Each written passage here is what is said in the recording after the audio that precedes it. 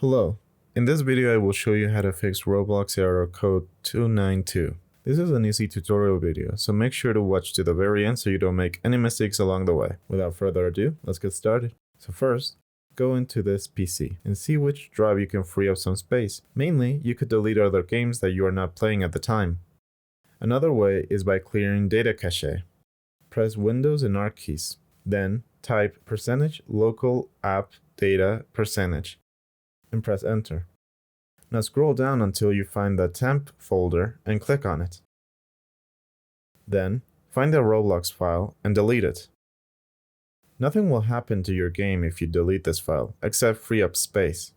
One last thing you can do is close any unnecessary background apps. Just right-click on the taskbar, select Task Manager, select the Processes tab, and then right-click on any app that you may not be using and select End Task. And that's it. I hope this video helped you and thank you for watching.